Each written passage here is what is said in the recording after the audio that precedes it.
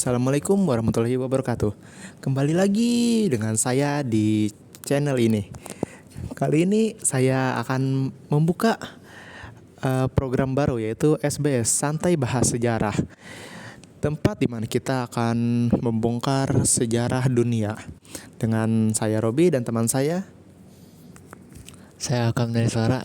Saya dalam beberapa waktu ini saya sering dengar ya tentang Khulafaur Rasyidin tuh, kayak misal dari Sayyidina Abu Bakar, Sayyidina Umar, Sayyidina Utsman hingga Sayyidina Ali. Namun apa sih yang membuat periode setelah Rasulullah SAW wafat pada saat itu menjadi periode yang paling penting ataupun mungkin paling krusial kali, dan juga penuh dilema dalam sejarah Islam. Jelaslah mereka kan yang mengubah komunitas Madinah menjadi sebuah negara yang besar. Ditambah lagi kan dari kepemimpinan mereka tuh menjadi contoh yang terbaik untuk menjalankan amanah dan juga tanggung jawab. Mari kita langsung aja deh bedah satu-satu, dimulai dari Abu Bakar As-Siddiq. Oke, ada Abu Bakar Siddiq. Beliau itu pada saat itu hanya memimpin sekitar 2 tahun. Namun juga beliau juga menghadapi krisis yang eksistensial. Begitu Nabi SAW wafat nih, banyak tuh konflik-konflik yang terjadi selama di periode Sayyidina Abu Bakar juga. Tapi juga sebelum itu terjadi, Sayyidina Abu Bakar tuh berhasil menyatukan mereka di daerah Sakifah, di mana beliau mengumpulkan semua golongan dan mempersatukan mereka. Dan selain itu juga dalam menjaga persatuan umat setelah Nabi SAW wafat, terdapat juga tantangan nih. Nah, tantangannya tuh diantaranya kayak memberantas kelompok murtad, nabi palsu, dan orang-orang yang nggak mau membayar zakat. Beliau juga mengambil tindakan yang sangat tegas berupa diselenggaranya perang, yaitu perang Riddah, setelah mengirim peringatan. Selain itu juga beliau memperkuat Baitul Mal atau lembaga peradilan yang mungkin kalau di Indonesia biasanya disebutnya pengadilan negeri, ataupun yang paling tingginya ya Kejaksaan Agung. Dan dari situ di situ juga memulai penyusunan Al-Quran. Dan dari sini legasinya adalah fondasi yang kokoh bagi keberlangsungan komunitas muslim pada saat itu. Keputusan yang sangat unpopular sekali tapi vital. Selanjutnya kita akan lanjut membahas periode kepemimpinannya Sayyidina ya? Di Sayyidina Umar bin Khattab.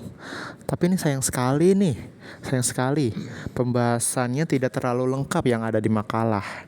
Jadi seperti yang kita tahu lah, kalau beliau kan fokus kepada ekspansi dan juga tata kelola kan.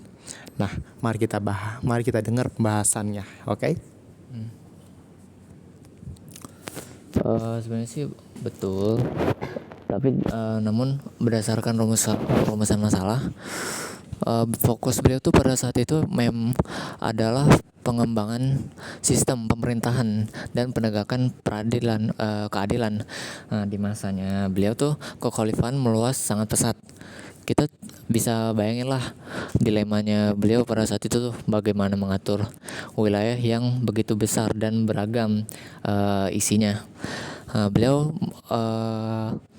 pada saat itu membangun struktur pemerintahan yang canggih, yang seperti sistem peradilan yang independen dan birokrasi yang efektif. Dari sini juga menunjukkan bahwa kekhalifahan bukan cuma tentang agama semata doang, melainkan juga tentang manajemen negara yang visioner. Dari sini beliau meninggalkan sebuah legacy berupa administrasi yang sangat luar biasa efektif pada saat itu. Dan selain itu juga oh ya lo ya sorry. Maaf, ada kekeliruan dikit. Mari kita berlanjutlah ke masa kepemimpinannya Utsman bin Affan. Karena sudah lumayan dijelasin juga sih gimana tadi yang Umar bin Khattab. Mari kita lanjut ke Utsman bin Affan, Khalifah ketiga. Beliau nih memimpin selama 12 tahun.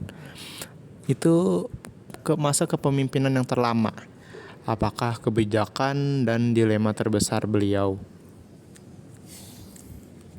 Dilema beliau tuh pada saat diangkat menjadi khalifah, diantaranya kayak menjaga kesatuan teologis di tengah ekspansi wilayah yang makin berkembang.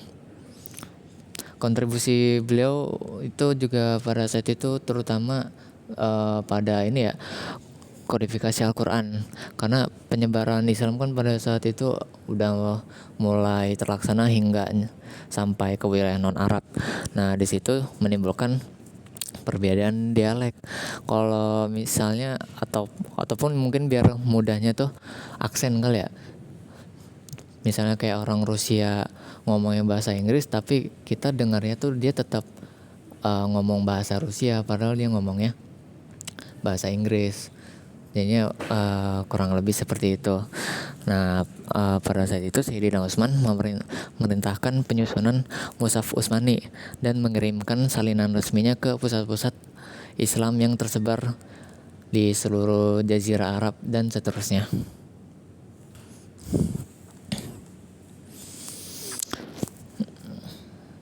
Tapi hingga 7 tahun berlalu, tiba-tiba pemerintahannya Sayyidina Utsman pada saat itu diwarnai gejolak politik dan fitnah dari beberapa kalangan, berupa kayak tuduhan nepotisme yang mengambil kerabat dari kalangan Umayyah ke posisi strategis yang pada saat itu dianggap tidak sesuai oleh masyarakat dan menyebabkan ketidakpuasan yang memuncak pada pembunuhan Sayyidina Utsman yang saat itu dibunuh dalam kondisi sedang membaca Al-Quran. Dari sini juga beliau memilih kesabaran dan toleransi daripada kekerasan. Waduh, lumayan tragis sih, karena tuduhan hingga permasalahan itu bisa membuat kepemimpinan beliau runtuh seketika. Ditambah lagi itu karena dibunuh kan lagi membaca Al-Quran. Kan itu sangat-sangat tragis sih. Tetapi beliau memilih pengorbanan ini karena beliau tidak mau memakai kekerasan, dan hal ini akan membawa ke masa kepemimpinannya Ali bin Abi Thalib. Beliau nih sepupu sekaligus menantunya Nabi. Beliau diangkat melalui sumpah setia massal. Apakah tantangan dan dilema yang dihadapi oleh Ali? Nah tantangannya Sayyidina Ali tuh pada saat itu yaitu mempertahankan persatuan umat yang sudah retak dari sejak pasca runtuhnya periode Sayyidina Utsman. Dari awal aja pemerintahnya sudah penuh dengan konflik internal yang dikenal sebagai fitnah kubro. Nah tantangannya di situ datang dari si Tolhah, Zulhan dan Aisyah yang menuntut hukuman bagi pembunuh Sayyidina Utsman pada saat itu. Dan selain itu konflik besar lainnya adalah dengan Muawiyah bin Abu Sufyan sebagai gubernur Damaskus, Suriah pada saat itu yang menolak reformasi dari Sayyidina Ali. Perang Siffin yang hampir dimenangkan Sayyidina Ali pun juga dihentikan oleh taktik arbitrase yang licik dari pihak musuh. Dampak terbesarnya pada Sayyidina Ali adalah melemahnya posisi Sayyidina Ali di pemerintahannya dan munculnya kelompok Khawarij yang berencana membunuh Sayyidina Ali pada saat salat subuh di daerah Kufah. Dan itu juga benar-benar terjadi ya, Sayyidina Ali tuh benar-benar dibunuh sama kelompok Khawarij pada saat sholat subuh di daerah Kufah. Dan dari sini juga setelah periodenya Sayyidina Ali ditutuplah periode Khulafaur Rasyidin dan membuka bab baru yaitu dinasti Umayyah. Ya, kurang lebih seperti itu. Wow, luar biasa sekali ya keempat khalifah kita ini, mengajarkan kita tentang dilema yang nyata di dalam kepemimpinan. Karena dilema-dilema tersebut tidak hanya terjadi di masa Khulafaur Rasyidin saja. Karena di masa sekarang pun sangat-sangat banyak terjadi. Terulang lagi terjadi di masa sekarang. Seperti Abu Bakar yang dimana beliau mempunyai ketegasan dan prinsip. Umar dengan visioner membangun birokrasi. Lalu Utsman dengan pengorbanan demi kesatuan Al-Quran. Dan juga Ali tentang keadilan di tengah perpecahan. Benar banget, memahami sejarah mereka tuh penting banget. Soalnya dengan memahami sejarah mereka tuh bisa menjadi inspirasi dan pedoman dalam kehidupan beragama serta bernegara. Dan ini juga sesuai menjadi salah satu tujuan dari dibuatnya makalah. Sekian. Oke.